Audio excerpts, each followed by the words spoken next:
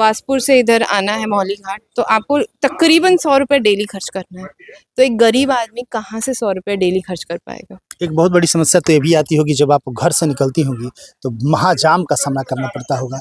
सोचिए कि आपको ही नहीं, आप जैसे हजारों लाखों की संख्या में ये लोग हैं जो इसके सामना करना है। जी, इसके लिए भी हमने डीएम सर से बोला था कि सर यहाँ जाम की तो बहुत बड़ी समस्या है, खास करके जो ट्रक्स लगे रहते हैं। आप विश्वास नहीं करेंगे, हमारे घर पे, जबकि मेरे दादाजी कोई नेता, कोई मुखिया कुछ नहीं थे, लेकिन हमारे घर पे हमेशा बैठक लगी रहती थी, और बैठक होती थी लोगों की समस्याओं की, कि कुछ भी आस पड़ोस में भी कुछ समस्या होती थी तो लोग लेके आते थे, और मेरे दादाजी उन समस्याओं का निदान करने की कोशिश करते थे, जबकि वो एक शिक्षक थे। तो हमने अवश्य दिया। क्वालिफिकेशन क्या है आपकी? मैं एक बीटेक ग्रेजुएट हूँ। मैंने बीटेक किया है इलेक्ट्रॉनिक्स एंड कम्युनिकेशन में। उसके बाद मैंने एक कंपनी में जॉब भी किया था, एक्सपर्ट डेटा वर्क्स में एज अ पिम डेवलपर। तो यही है। और हस्बैंड क्या करते हैं आपके? मेरे हस्बैंड ओएनजीसी में है। और मैं ये भी बताना चाहूँगी कि बीटेक के बाद आईएसएम धनबाद में भी मेरा एमटेक के लिए सिलेक्शन हो गया था। मैं एमटेक लेकिन मैंने कंप्लीट किया समृद्धि न्यूज चैनल और मैं हूं अशोक तिवारी। लगातार चर्चा का विषय बना हुआ है, और सिर्फ किसी एक विधानसभा में नहीं बल्कि पूरे भोजपुर जिले में एक चर्चा का विषय बना हुआ है कि बड़हरा विधानसभा में एक सोनाली सिंह है जो कि काफ़ी लोगों से मिलजुल रही है, काफ़ी लोगों के रही है, और एक मुस्कान कोई इनका अभियान है, एक कंबल एक मुस्कान के तहत लोगों को कंबल वितरण करने का काम कर रही है। ठंड में जहां लोगों को कंबल, एक बहुत बड़ी चीज़ नहीं है, लोगों का हालचाल पूछने जाती है, साथ में कंबल भी लोगों को देती है। इस वक्त इनके यहाँ हम आए हुए हैं, और संजोग से आज प्रेस कॉन्फ्रेंस था। बहुत बातों पर चर्चा हुई, हम भी बहुत सारी चीज़ें, चूँकि बहुत सारे सवाल है जनता का जो लोग जानना चाहते हैं सोनाली सिंह के बारे में, वो तमाम चीज़ें हम आप लोगों के बीच रखने की कोशिश करेंगे। सबसे पहले समृद्धि न्यूज चैनल में आपका स्वागत है। जी नमस्कार। क्या कहेंगे, आज प्रेस कॉन्फ्रेंस आपने आयोजित किया था, इसका उद्देश्य क्या रहा था? जैसा कि आप लोगों को पता है, 4 जनवरी से हमारा अभियान चल रहा था, एक कंबल एक मुस्कान, शीतलहरी में करे किसी का जीना आसान। तो कल उस अभियान का समापन हुआ। कल 30 जनवरी 2025 को हमने लगभग 37 पंचायत, बड़हरा विधानसभा क्षेत्र के 37 पंचायत में कंबल वितरण का कार्यक्रम किया था, और जितने भी ज़रूरतमंद लोग हम तक पहुंचे थे, जितने भी लोग आर्थिक रूप से जो कमज़ोर हैं वो हम तक पहुंचे थे, हमने उनकी एक कंबल दे के छोटी सी सहायता करने की एक छोटी सी कोशिश और पहल की। 37 पंचायत आपने विजिट कर लिया जी। क्या क्या आपको दिखा लोगों के चेहरे से, लोगों के बातचीत करने से? चूँकि आप लोगों से जुड़ने जा रही है, ये सबको पता है, कंबल तो एक बहाना है, कंबल तो दे ही रही है, साथ में आप अपना कॉन्टैक्ट नंबर भी उन लोगों को प्रोवाइड कर रही है कि कभी भी कोई समस्या हो तो आप मुझे ज़रूर याद करें। परेशानी कहाँ-कहाँ, क्या-क्या नज़र आई? देखिए, अनेकों प्रकार की परेशानी मुझे नज़र आई। सबसे पहला जो प्रॉब्लम है ना, मूल प्रॉब्लम ये है कि लोगों को अपने अधिकारों के बारे में पता ही नहीं है कि वो कितने पावरफुल हैं। उनको ये चीज़ नहीं पता है कि जो आवास उन्हें ऐसे ही मिलना चाहिए योजना के तहत, उसके लिए उनको पैसे देने पड़ रहे हैं और लड़ना पड़ रहा है। और लड़ना पड़ रहा है। वो मेरे पास आके आवास के लिए बोल रहे, जो चीज़ उनको इतनी आसानी से मिल जाना चाहिए। फिर लोगों का स्मार्ट मीटर्स में भी प्रॉब्लम आ रहा है कि उन लोग के जो बिल है वो ज़रूरत से ज़्यादा आ जा रहे हैं, 20,000 40,000, जो कह रहे हैं कि हम घर पे भी नहीं थे, घर बंद करके कहीं और गए हुए थे, तो इतना बिल आ रहा है। तो खैर उसके लिए तो हमने डीएम सर से बात किया था, और उनका नंबर भी उन्होंने कहा था कि उनका नाम, नंबर और एड्रेस व्हाट्सएप करने के लिए, तो अपनी टीम को भेज के वहाँ पे वो चेक कर लेंगे कि मीटर में क्या इशू आ रहा है। दूसरा, द मेन प्रॉब्लम जो था ना, वो पीपा पुल का लगा, क्योंकि जैसा आप लोगों को पता है कि हम खवासपुर भी गए थे, बाई बोट गए थे हम खवासपुर, क्योंकि मुझे वहाँ भी जाना था, वहाँ के लोगों से मिलना था। तो खवासपुर जाकर मुझे पता चला कि वो इतना बड़ा एरिया है, मेरे को लगता है 18-20 गाँव है वहाँ पे, लेकिन वो लोग बिहार में रहते हैं, लेकिन वो यूपी जा रहे हैं। अपने बेसिक चीज़ों के लिए उनको यूपी जाना पड़ रहा है। बिहार में रहते हुए भी उनको उस चीज़ की फैसिलिटी नहीं मिल पा रही है, और बहुत बुरा लगता है कि डेली अगर आपको आना जाना है अपने रोज़गार की वजह से, आपको खवासपुर से इधर आना है मौली घाट, तो आपको तकरीबन 100 रुपये डेली खर्च करना है। तो एक गरीब आदमी कहाँ से 100 रुपये डेली खर्च कर पाएगा? एक बहुत बड़ी समस्या तो ये भी आती होगी, जब आप घर से निकलती होंगी तो महाजाम का सामना करना पड़ता होगा। सोचिए कि आपको ही नहीं, आप जैसे हज़ारों लाखों की संख्या में ये लोग हैं जो इसके सामना करना है। जी, इसके लिए भी हमने डीएम सर से बोला था कि सर यहाँ जाम की तो बहुत बड़ी समस्या है, खास करके जो ट्रक्स लगे रहते हैं इनकी वजह से तो बहुत जाम होता है। तो उन्होंने कहा है कि वो देखेंगे। वैसे ही पीपा पुल के लिए भी उनसे मैंने रिक्वेस्ट किया था, तो उन्होंने कहा था कि जल्द से जल्द चालू करवा देंगे। तो अब शायद 10 फरवरी से काम लगने वाला है और वहाँ के जो स्थानीय लोग हैं उन्होंने कहा है कि जल्दी स्टार्ट हो जाएगा। लेकिन एक बात और मैं कहना चाहूँगी कि जब मैं नाव से इस पार से उस पार जा रही थी, तो जो नाविक भाई बंधु थे हमारे, उन्होंने कहा कि मैडम अगर आपसे हो सकेगा तो प्लीज़ आप रिक्वेस्ट कीजिएगा कि पुल लगाने में लोग बाहर से लोगों को बुलाते हैं, जो पुल बनाते हैं उनको शायद 5,000 7,000 मिलता है, तो वो आप हम भी वो चीज़ कर सकते हैं।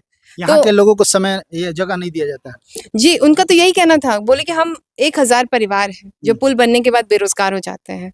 हमारा कोई मतलब साधन नहीं होता है खाने-पीने का। तो जब पुल लगे तो हमें अपॉर्च्युनिटी मिले कि हम भी उसमें अपना सहयोग करें और कुछ कमा सकें।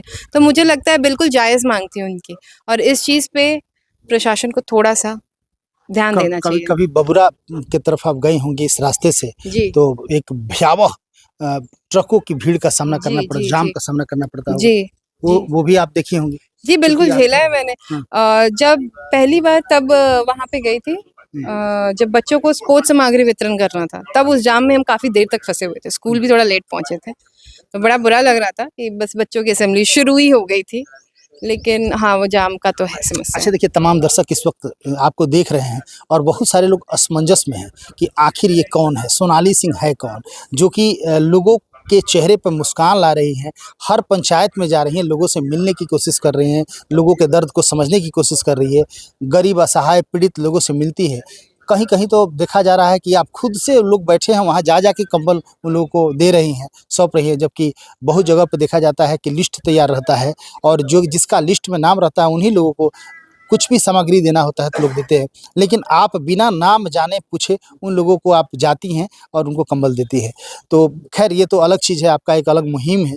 लेकिन जनता, ये जो लोग हैं ये जानना चाहते हैं सोनाली सिंह के बारे में। हम चाहेंगे कि आप थोड़ा-सा अपने बारे में इन लोगों को बताइए। मेरा नाम सोनाली सिंह है और मुझे लगता है कि सबसे ज़्यादा ब्लेसिंग मुझ पर मेरे दादाजी की है। मेरे दादाजी स्वर्गीय राम वल्लभ प्रसाद सिंह जी हैं और जो समाज का सेवा करने का मुहिम है ना, उन्होंने ही चालू किया था। मैंने उनको ही देखा है शुरू से।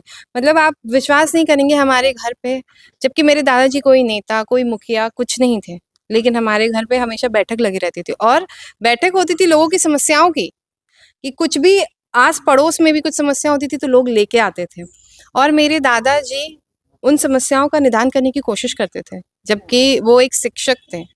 तो आप देखिए कि वो मतलब कितने पावरफुल थे। वो कहते हैं ना कि शिक्षा पूरी की पूरी पीढ़ी को बदल सकती है, तो उन्होंने वो बेड़ा उठाया। उनका कोई प्रॉफ़िट नहीं था उसमें। देखिए, जब सेवा हम करते हैं ना, तो सेवा में प्रॉफ़िट लॉस का कोई कनेक्शन नहीं होता है।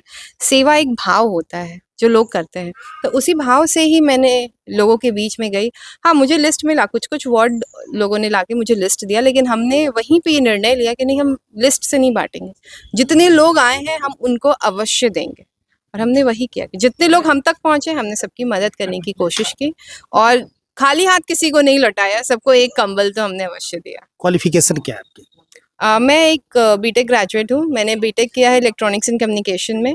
उसके बाद मैंने एक कंपनी में जॉब भी किया था, एक्सपर्ट डेटा वर्क्स में एज़ अ पिम डेवलपर। तो यही है और हस्बैंड क्या करते हैं आपके? मेरे हस्बैंड ओएनजीसी में हैं और मैं ये भी बताना चाहूँगी कि बीटेक के बाद आईएसएम धनबाद में भी मेरा एमटेक के लिए सिलेक्शन हो गया था। मैं एमटेक लेकिन मैंने कंप्लीट किया नहीं, मैं ड्रॉप आउट हूँ। मेरी शादी वगैरह हो गई थी। पर इतना बढ़िया जॉब करते हुए आपने जॉब को छोड़ दिया, इतना बढ़िया परिवार सब कुछ, आप लोगों से जुड़ने का काम कर रहे हैं, इसके पीछे का उद्देश्य क्या है? लोगों की सेवा करना, मुझे वही बुरा लगता है देख के कि लोगों को अपने अधिकारों के बारे में नहीं पता है। जो मतलब काम एकदम आसानी से हो जाए, उसके लिए उनको गोल-गोल, गोल-गोल घूम के वो काम करना पड़ रहा है। तो वो चीज़ देख के बहुत बुरा लगता था। तो मैंने वही सोचा कि जब ये काम होता ही था हमारे घर पे तो उसको एक डायरेक्शन और दिया जाए, तो आगे बढ़े। समाधान कैसे होगा इसका? देखिए दुनिया में ऐसा कोई समस्या नहीं है जिसका समाधान ना हो सके। हाँ, समय लगता है। जैसे कहते हैं ना कि कोई भी ऐसा मैथ्स का प्रॉब्लम नहीं है जिसका सोल्यूशन ना हो। कुछ टाइम तक तो लोगों को लगता था ना रूबिक्स क्यूब भी सॉल्व नहीं हो सकता, लेकिन आज देख रहे हैं बच्चे कितने स्मार्ट हो गए, मिनटों मिनटों में सॉल्व कर रहे हैं। तो वैसे ही मैं आपके माध्यम से कहना चाहूँगी कोई भी समस्या ऐसी नहीं होती जिसका समाधान नहीं हो सकता। हाँ, कभी कभी समय लगता है, लेकिन पेशेंस के साथ उस समस्या का समाधान अवश्य होगा। समाज सेवा, सोनाली सिंह, निश्चित तौर से आप समाज सेवा कर रहे हैं। सामाजिक गतिविधियों को जिस तरह आपने लोगों के बीच प्रदर्शित करने का काम किया है, एक सवाल और उत्पन्न होता है, क्या सोनाली सिंह चुनाव भी लड़ेंगे? देखिए, अभी तो मैं सिर्फ समाज सेवा कर रही हूँ, ठीक है? तो मैं अपने स्तर से अभी जितना हो सकता है लोगों की मदद करने की कोशिश करूँगी। चुनाव की बात आएगी तो देखा जाएगा क्या? हाँ, जब जैसा होगा वैसा देखा जाएगा। बिल्कुल, जनता जो चाहेगी वही होगा, पहले जनता जाने और समझे। तो मैं आपको बता दूं कि धंडीहा की बेटी सोनाली सिंह, जिन्होंने एक अलग टैग लगाया समाज सेविका सोनाली सिंह का, समाज के साथ जुड़ना, जॉब छोड़ के लोगों के दर्द को समझने की कोशिश की, हर जगह जाके एक मुस्कान, चूँकि कंबल दे देकर लोगों के चेहरे पे एक मुस्कान लाने की कोशिश की, तो कहीं न कहीं एक अलग मैसेज ये दे रही है। आगामी क्या होगा नहीं होगा ये तो वक्त बताएगा, ये चुनाव लड़ेंगी कि नहीं लड़ेंगी, लेकिन इनका मुख्य उद्देश्य है लोगों से जुड़ना, लोगों के दुख दर्द को समझना और समाज को सेवा करना। लगातार खबरों के साथ बने रहिए, फिर कुछ अपडेट होता है तो आप तक पहुँचाने की कोशिश करेंगे। Thank you.